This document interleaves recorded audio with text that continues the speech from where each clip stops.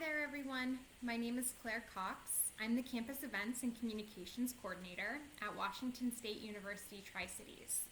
And today I'm going to read to you the story of Peter Pan. Let's get started.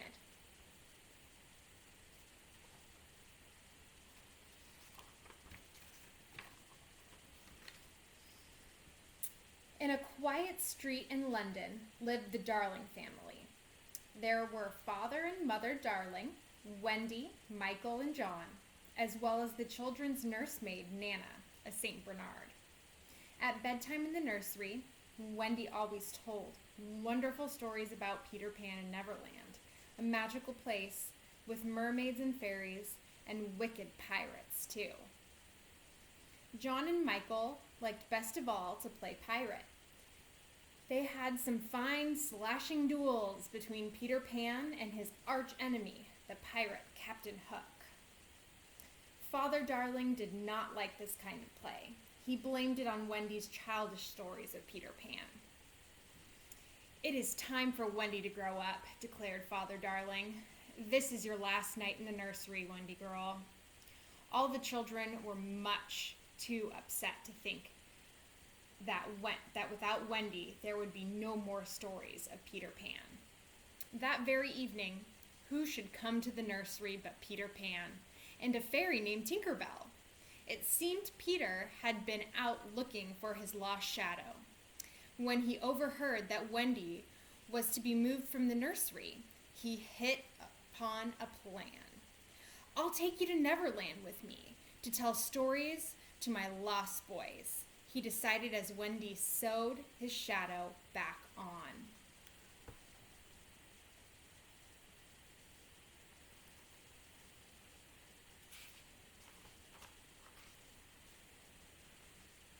Flying away to Neverland. Wendy thought that was a lovely idea if Michael and John could go too. So Peter Pan taught them all to fly. With happy thoughts and faith and trust and sprinkling of Tinker Bell's pixie dust. Then out the window of the nursery, they sailed, heading for Neverland, while Nana barked frantically below. Back in Neverland, Captain Hook was grumbling about Peter Pan. You see, once in a fair fight long ago, Peter Pan had cut off one of Pirate Captain's hands, so that he had to wear a hook instead. Then Pan threw the hand to a crocodile, who enjoyed the taste of Hook so much that he had been lurking around ever since, hoping to nibble at the rest of him. Fortunately for the pirate, the crocodile had also swallowed a clock. He went tick-tock when he came near, which gave a warning to Captain Hook.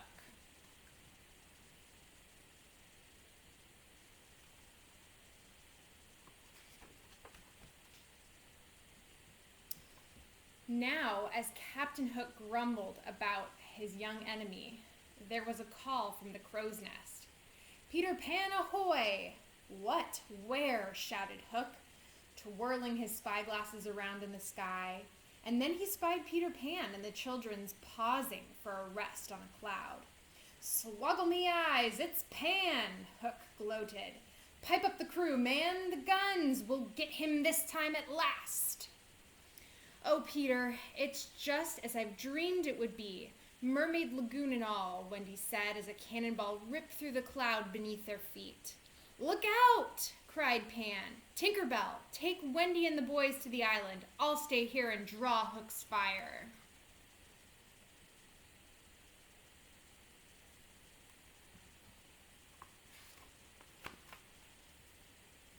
Away flew Tinker Bell as fast as she could go.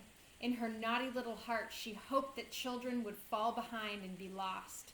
She was especially jealous of that Wendy girl, who seemed to have won Peter Pan's heart.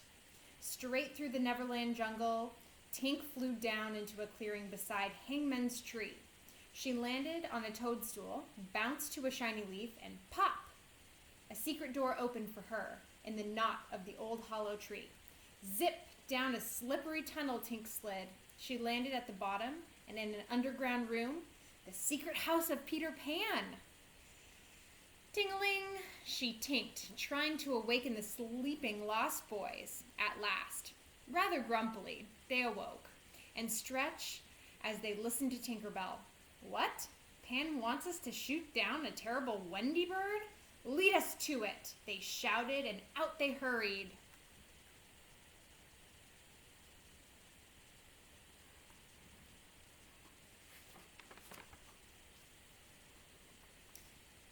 When Wendy and Michael and John appeared, flying wearily, the Lost Boys tried to pelt them down with stones and sticks, especially that Wendy bird. Down tumbled Wendy, all her happy thoughts destroyed. Without them, no one can fly.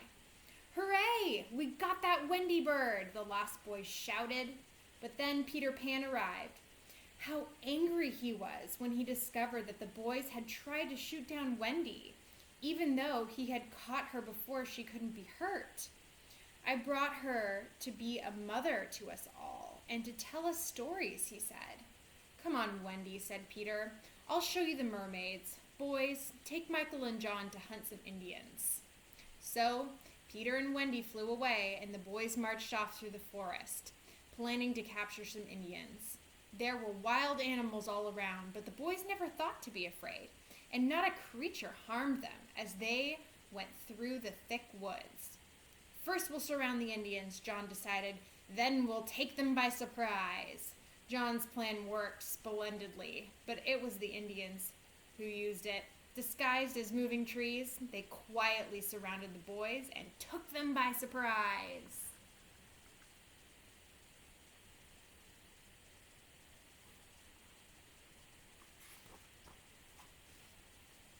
Soon, bound with ropes, the row of the boys marched away, led by the Indians, to their village on the cliff. Don't worry, the Indians are our friends, the Lost Boys said, but the chief looked stern. Meanwhile, on the other side of the island, Wendy and Peter were visiting the mermaids in their peaceful mermaid lagoon. As they were chatting together, Peter suddenly said, "Hush!" A boat from the pirate ship was going by. In it were wicked Captain Hook and Smee, the pirate cook. And at the stern, all bound with ropes, sat Princess Tiger Lily, daughter of the Indian chief. "We'll make her talk," sneered Captain Hook. "She'll tell us where Peter Pan lives, or we'll leave her tied to a slippery skull rock where the tide will wash over her." But proud and loyal Tiger Willie would not say a word.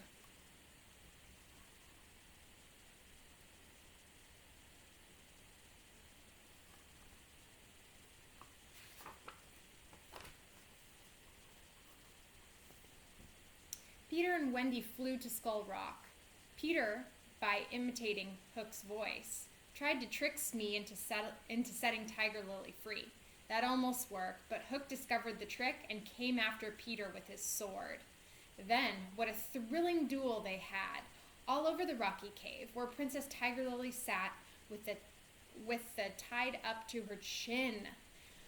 Peter won the duel and rescued Tiger Lily, just in the nick of time. Then away he flew to the Indian village to see the princess safely home, and Wendy went along behind. When Peter and Wendy brought Tiger Lily home, the chief set the captives free. Then what a wonderful feast they had. All the boys did Indian dances and learned wild Indian chants, and Peter Pan was made to chief. Only Wendy had no fun at all, for she had help. The squaws carry firewood. "I've had enough of Neverland," she thought grumpily. "I'm ready to go home right now."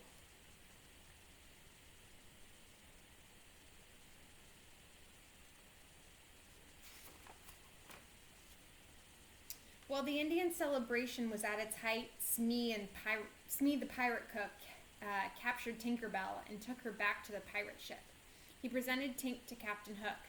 "Ah, Miss Belle," said Hook sympathetically, "I've heard how badly Peter Pan has treated you, and since that scheming girl Wendy came, how nice it would be if we could kidnap her and take her off to sea to scrub the decks and cook for the pirate crew."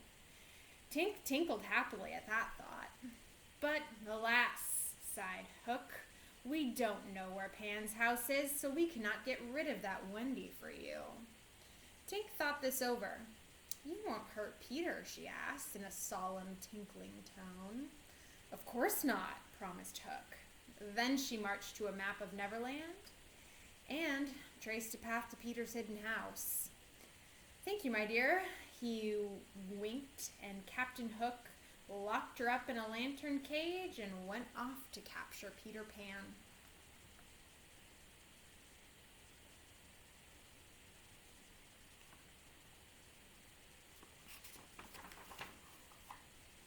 That night, when Wendy tucked the children into their beds in the underground house, she talked to them about home and mother. Soon they were all so homesick that they wanted to leave at once for their home. Wendy invited all the lost boys to come and live with their darling family. Only Peter refused to go. He simply looked the other way as Wendy and the boys told him goodbye and climbed the tunnel to Hangman's Tree.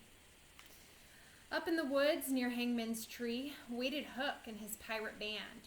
As each boy came out, a hand was clapped over their mouth, and he was quickly tied up with ropes. Last of all came Wendy. Zip, zip, she was bound up too, and the crew marched off with their load of children back to their pirate ship. Blast it, muttered Hook. We still don't have Pan. So he and Smee left a wicked bomb, trapped as a gift from Wendy for poor Peter Pan to find. Very soon, they hoped Peter would land upon it and blow himself straight out of Neverland.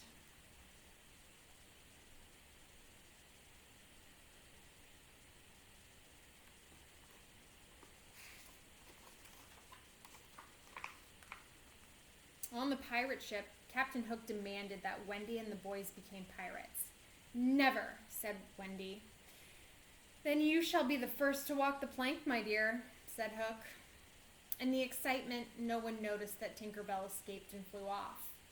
When Wendy said goodbye, bravely walked out the long, narrow plank and disappeared.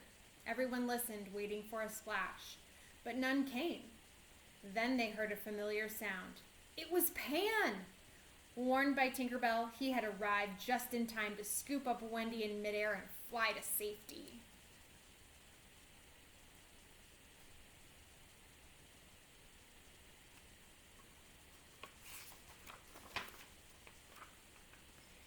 This time you've gone too far, Hook, Pan cried. He swooped down from the ringing, all set for a duel. And what a duel it was.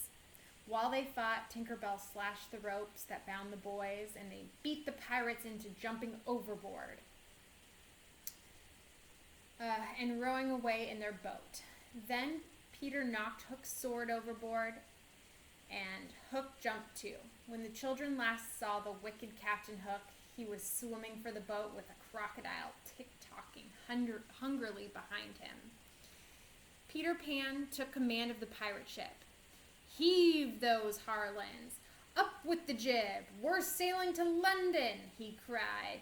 Oh, Michael, John, cried Wendy, we're going home.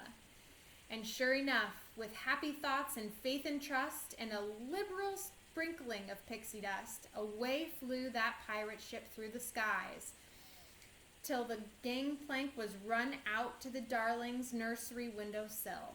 But now that they had arrived, the lost boys did not want to stay. We've sort of decided to stick with Pan, they said.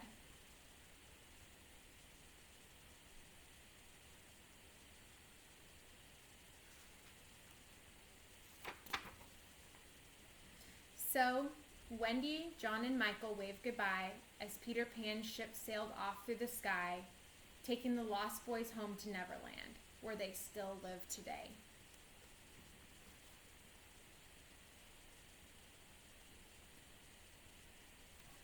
The end. Thank you for reading along with me.